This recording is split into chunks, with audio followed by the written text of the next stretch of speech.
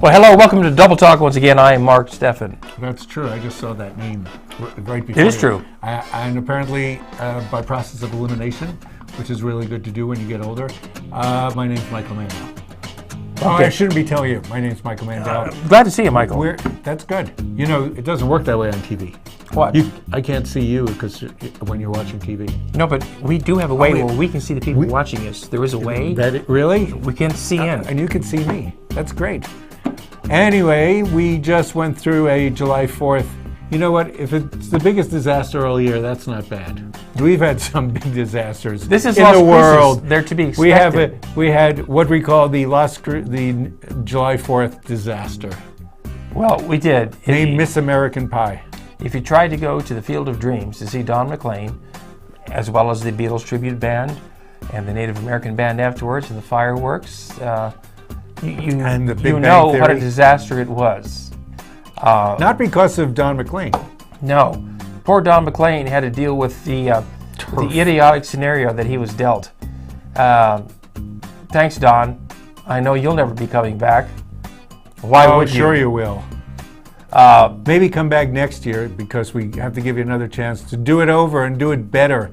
And I don't know why they didn't think about this in the first part of planning this, that you can't go on artificial turf because you might throw you. That's how far, this is from the Sun News, that people had to sit really far away. Nobody was allowed to sit on the field itself. The sound was the band was facing the field, but no audience could be on the field looking up at the star. I mean, you can listen to American Pie on a record. You might as well have taken a transistor radio. But when you go to a concert, you want to see the performer. Well, you couldn't do that here at the Field of Dreams on the 4th of July. And I'm guessing we didn't go. We both assumed it was going to be a fiasco. We knew better. The parking there is crazy. You know, we used to go when it was at Hadley. It took us, actually we were lucky because we followed some guy on a 4-wheel drive and he knew how to get out, which is drive over other cars. That worked really well for us. I would just park off in the neighborhood. But Hadley it took 20 minutes to get out of. No big deal. Here, people were hour and a half. In the newspaper, it talked about how the Sun News got complaints, but Robert, what's his name? I always forget his name. Anyway, he's the head of things. He said the complaints were minor. Everybody liked it. That's not true at all. Everybody liked the fireworks. Mark here, liked the fireworks because he saw them from his house, which was, what, a mile away? Yeah, I live about a mile away. I saw the fireworks are nice. If I were to grade the scenario for the concert and the parking... Oh, it's always good to have a grade. I would give them an F. An F.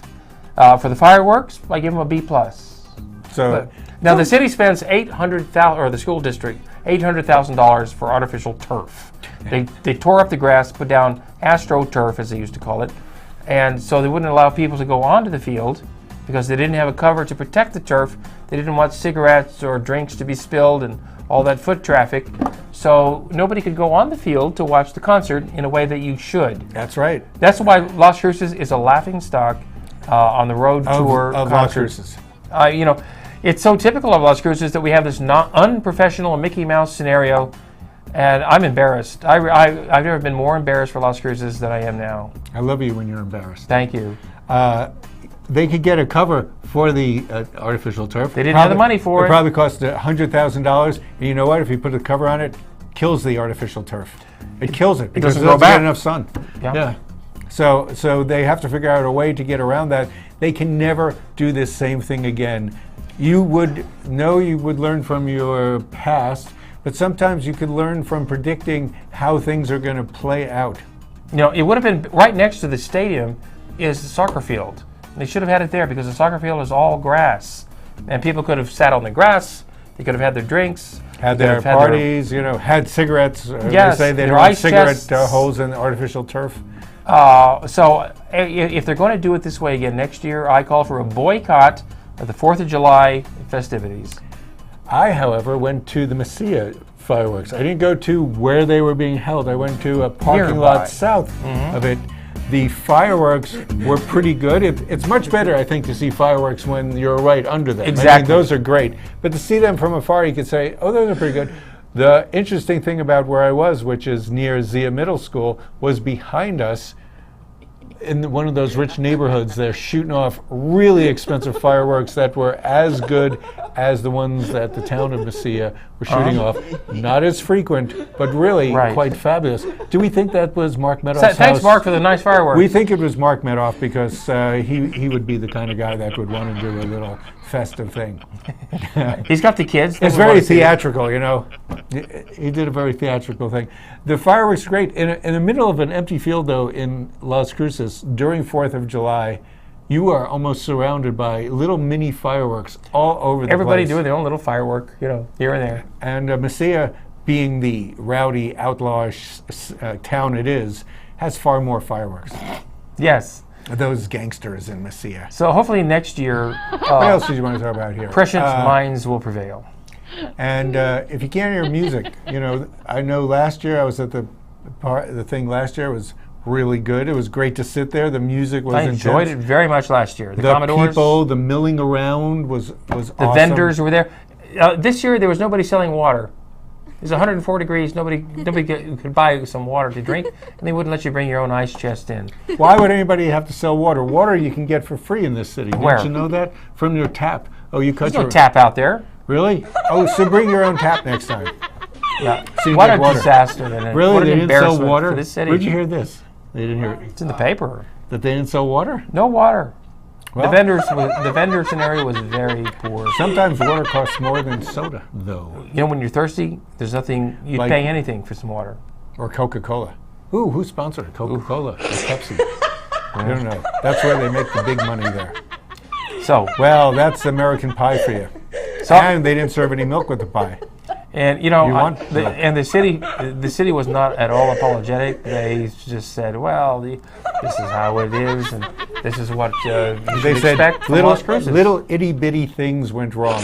Like, is it itty bitty when you're sitting in your car for an hour to an hour and a half trying to get home, after you've been so tired because you had to sit through a concert you couldn't see, and you were probably dehydrated because you couldn't buy water. So an hour and a half. Let's say max, or an hour, maybe minimum. It's why Las Cruces is a laughing stock. Why do you like to say that? It is a laughing stock. Every city in America probably has laughing stock towns. Is that laughter going on back there? Is that because we're the laughing stock? We're laughing stock. Most cities have this show is the laughing stock. Have professionals who know how to operate a scenario. Well, Las Cruces does not.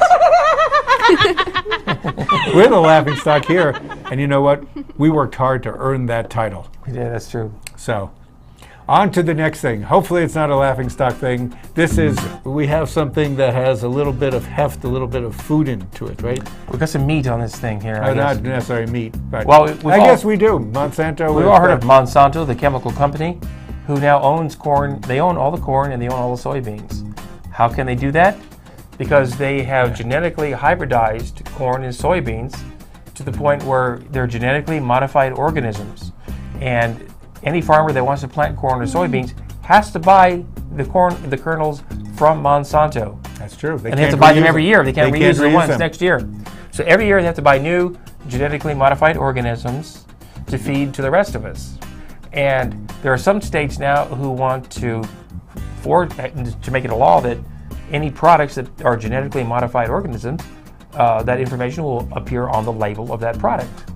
And Monsanto is totally against that. They don't want people to realize that they're eating genetically modified organisms. So they're suing those states who are attempting to make GMO labeling into law. So cows eat a lot of the corn and a lot of the soybeans. Yes. If they eat genetically modified food, does that make them genetically modified? It makes their meat as such, really. You are what you eat. Well, are you not filtered? If I was what I ate, I'd look like, alcohol. And the liver, is filters through all it. So if you eat calf liver, you're eating the highest concentration of chemicals and genetically modified organisms possible. If you don't eat liver and you are what you eat, does that mean you wouldn't have a liver? I don't know what you're talking about. If you don't eat liver, you're not going to have a liver because you are what you eat. You already have a liver. You do? How'd that happen? Well, maybe I do. So, for a while. For Monsanto to say, how dare we consumers know that we're eating genetically modified organisms It's ludicrous. Because is Monsanto, do they make fluorine? Fluorine?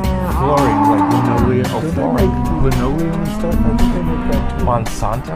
I think they might. I might be thinking of something else. Mannington. Yeah, it sounds, no, Mannington or whatever Flores. year, there's no such thing as Mannington. But one of those people got out of business because of asbestos. Well, Maybe Ed McMahon used to advertise for Mannington Flores Oh, in the 80s. I'm wondering, Monsanto. Call in, let us know if you know anything about Monsanto. Monsanto's like DuPont, a huge chemical company. Oh, you know who'd know this? Mike Courier would know this if Monsanto. Mike, you can call in and tell us if Monsanto actually makes fluorine. Thanks. It's a good way to communicate. This is better than Facebook and Gmail.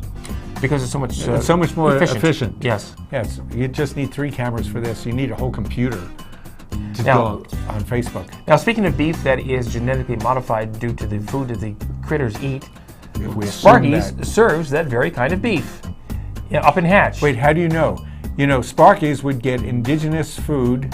Well, I guess if everything is... Unless they claim it's organic and GMO-free, they're eating tainted beef, serving tainted beef, as everybody else is. Isn't the benefit of having a place in Hatch that you can just go outside and get some cows and turn them into beef? You know, I've had Sparky's hamburgers, and they are pretty good. So, you know, if all you're about how going you to cook die them. eventually, as they say, we live too long, and that's why we have such horrible Social Security and Medicare things. But help out Social Security and help out. By dying early. Yes, help out the HMOs. Eat a lot of that. Actually, you're not going to die that much earlier from eating hamburger. I know a 93-year-old woman who lives next to me who gets hamburgers 5 times a week from Burger Nook. I also know a guy who tries to eat meat. He hates vegetables, doesn't eat vegetables, isn't too thrilled with fish. I bet a lot of you could empathize with that. Meat, at least you know it's there, it's chewy, it's tasty. So is candy. Fish, it is. Well, candy gets stuck in your teeth. Fish, you never know where you're going to come with a bone. That tastes kind of yucky. Sometimes it's slimy. So Meat is just eat bread. the thing to be eating. Bread stuffed with meat and a little cheese and a little green chili and fries on the side, because we know that cooking fries in oil is the best thing for them. I see. Well, getting back to Sparky's, Sparky's got top honors from TripAdvisor. One of the top 5 hamburger joints in the country, according to TripAdvisor. And we can all vote on TripAdvisor, but when you think about Sparky's being as remote as it is, enough people going to vote for it, that's pretty darn good. So they got like 4.5 out of 5 was their Stars or something. whatever. Which made it number Their 2 rating? in the country, right? Well, the top 5. Top 5 or 10? Top 5. 2. So one of the good things about restaurants, and this works for a lot of places, if you put your restaurant 40 miles from a population town. center, people are starving. Well, they're people going to love your stuff. People drive to Hatch to see. They also have live entertainment there, right? They do. And hey, it's a great live entertainment, a hamburger like that. Those hamburgers really are good. I got to admit it. I mean, What else do they serve besides hamburgers, though? they sell chicken and they sell other kinds of stuff. They do milkshakes, and you know that's totally kosher. Do they serve beer? You know, they Get a only beer with your serve burger? serve beer when they have somebody doing a special thing for their concerts. Well, now, in a few months, it'll be time for the chili harvest to come in Hatch.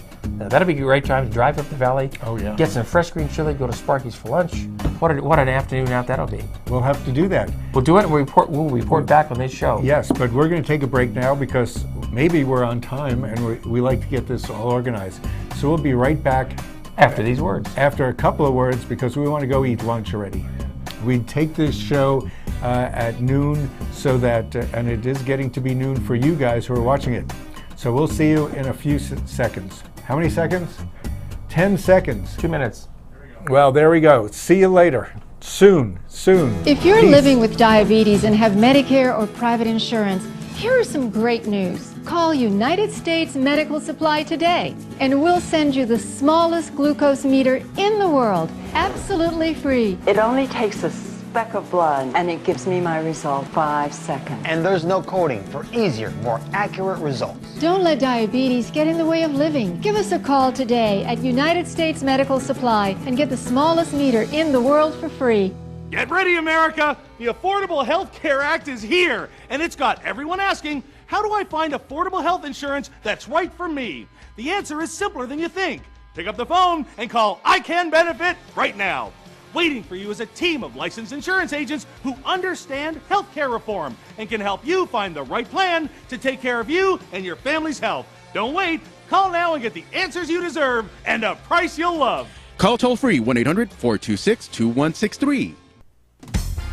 Celebrate, celebrate, Fiesta Motors.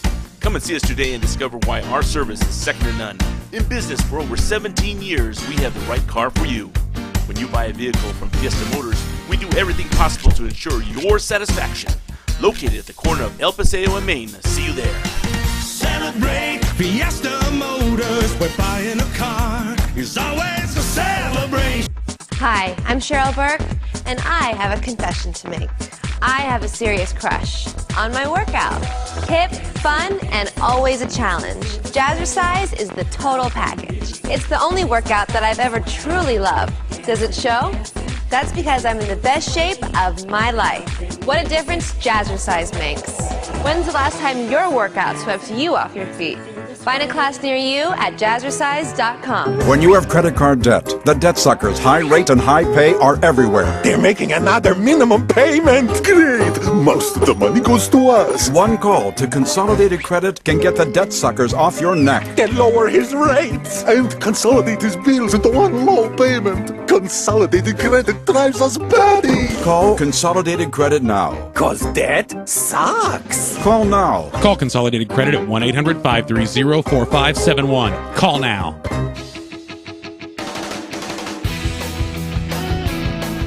And we're back. This is Double Talk. Mark Steffen. Michael Mandel, you're on the show too, aren't you? We are. Where'd you get your hair done this week? Well, I got it done over at Gents Barber Spa. Thank you, Lita Lujan, for doing a wonderful job. I got mine done by washing it and combing it. Good for you. So, I you have better service. Okay, I didn't wash it. I lied. Oh, you just Why got would wet. Yes, it was raining out. You don't believe me? It did rain the other night. It did. It rained Tuesday night, didn't it? Where I lived, it rained Tuesday night. It was threatening rain. Yeah, it did. It did.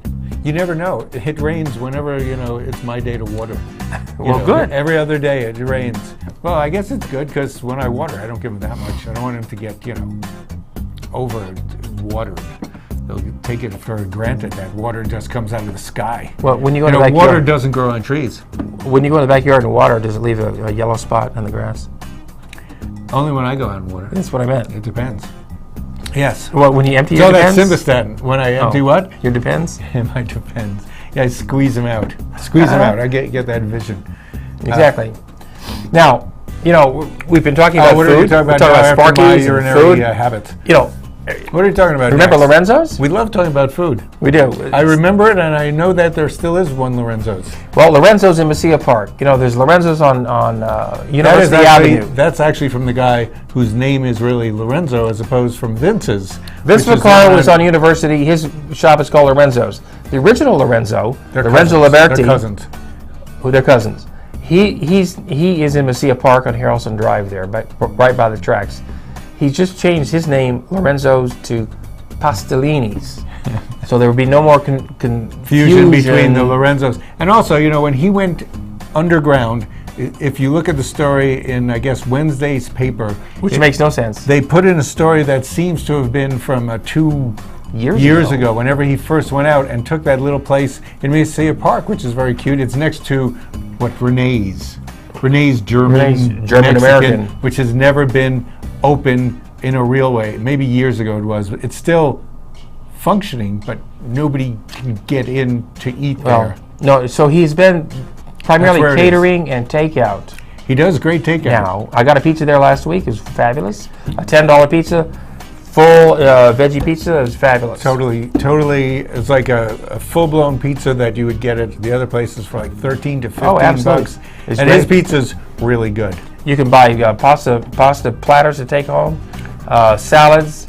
And it's convenient. It's good stuff. Now, he's expanding. He's opening up. He's going to put some tables and chairs in there. And hopefully in the future he can take over Renee's when that place goes out of business, which it should have done years ago, in my opinion. It theoretically did. It's still listed in the Sun News restaurants.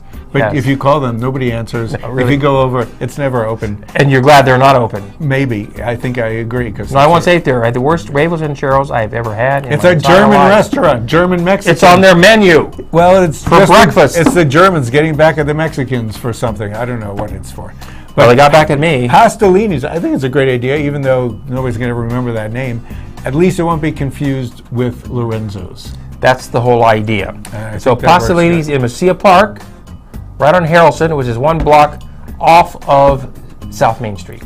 And sort of a whole block off of University, below University. Just off University. Here's a good thing to do when you go there. Across the street, facing north, is the Fabian Garcia Gardening Center. Yes. They also have vineyards there. If you sit there, well, if they face there, they're not going to face there. They have vineyards. You can make believe you're in Italy. That's university property, is it not? Yeah. Yes, it is. And that's where the university is testing all sorts of vines to see what are viable in New Mexican soil. It's pretty cool. Yes. So Lorenzo, we give a lot of free advertising here on this show today. You know, you'd think I'm going to call you on it later. Yeah, we should get him on. You're watching this, right?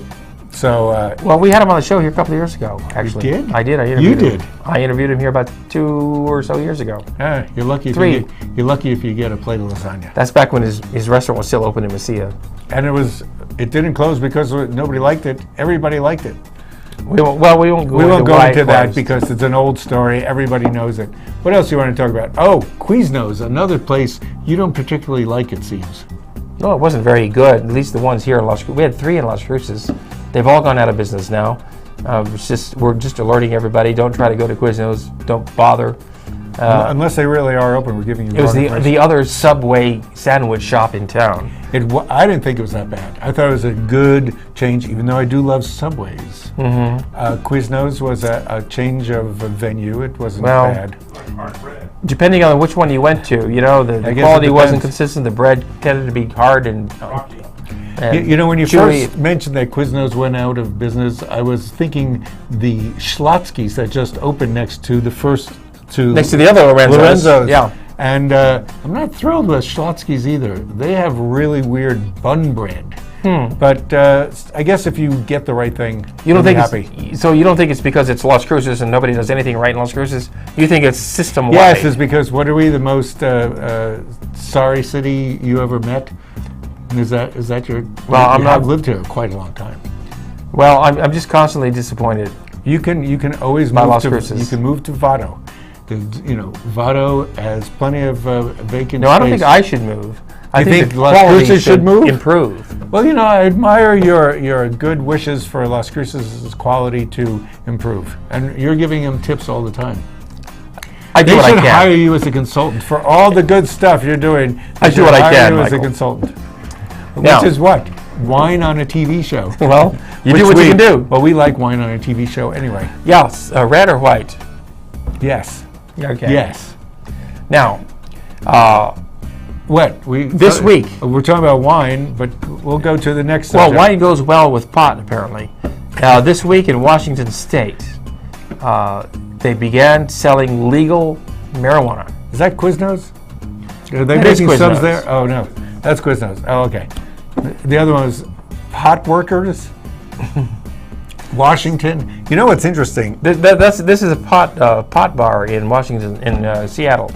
There they are. They're packaging up pot for the consumers, and apparently they've run out of pot because the demand, of course, was so high that they just ran out of the good stuff. Does the guy stand wait for a ship? I guess it doesn't grow like a weed. They keep waiting. I mean, where do you get it? Because first of all, it's illegal to have. They have to have their own growing places. They have to import it from Colorado. No, they don't. It's legal in Washington. Now, it hasn't been legal to cultivate there, so I don't know how they suddenly got their crop ready. Since it wasn't legal until this week, how were they able to grow it to sell it starting this week? Colorado is first there, and they're talking about all the problems they have because since it is not legal in the United States, but it's legal in, let's say, Colorado, now Washington. If banks take money from somebody who sells pot, they are kind of laundering money in the Fed's eyes. That's true. If your bank is licensed by the Fed, which whose isn't, some Right. other state, and they're taking money, you're actually laundering money. So they're now doing a workaround and trying to figure out how to do that. Maybe it's time to open a bank that's not federally insured. Maybe it's time the Fed should take some action and be a little bit more liberal. So they're going to have to work on that. Well, we talked about Colorado all last week and pot, and now we have Washington to talk about. Notice the similarities in the two states. Well, now they're both kind of cool. This New Year's Eve, I just got the word that you did. I didn't hear it. You know how in New York City, New Year's Eve when they drop the ball and it comes down. It's a big thing. This year, Las Cruces, in its own amateuristic way, as they do everything here, is going to try to attempt to drop a chili from on high down to mark the beginning of the new year. So apparently that's in the works. When asked whether red or green, what was the answer? Well, it may change colors from red to green as it goes down. So it'll have lights inside it apparently, and we'll see how that comes to fruition. Theoretically, new man chili should be green, and then old man chili, like Old Man New Year's. I see. From the old man to the baby? Yeah, the new one is green and the old one is red. Right. The old man red. The ripened one. So we'll see how that'll screw up. It'll probably fall on somebody and hurt him. Now, men who cook like to use a lot of chili. And the men who cook in Las Cruces happens every year. Men who like to cook get together at the convention center. It's for charity. They all cook their favorite dish. They get together. I was going to do it, but it seems like there's too many guys already. And I don't see how the kitchen there at the convention center can handle that many people. Nobody can cook like you. I think you should offer your services. No? I guess everybody cooks one dish. So if you want to get a hold of that, you can download it off menwhocook.com or That's August 9th. And the phone number, if you want information about Men Who Cook, is 522-1232. 522-1232. That's Men Who Cook. 522. If you're a man who really cooks, 1, 2, 3, check into it. That's for people who are sound. Right. challenged. And before we say goodbye, I also want to put out a plea for service organizations in the Las Cruces area. If you are a service organization and would like to have your organization profiled here on Double Talk, please get in touch with us, lcc98.com. We've already done the Kiwanis Club. Thank you, Kiwanis Club, and any of the other service organizations out there who would like to come on, talk about their agenda and what they have to offer in Las Cruces. Please, we give you the opportunity to do so. So with that, we're about out of time, aren't we? We will see you later. Thanks for joining us right here on Double Talk. Unless we linger. We never know if we're going to We always linger a little bit. We linger a little bit.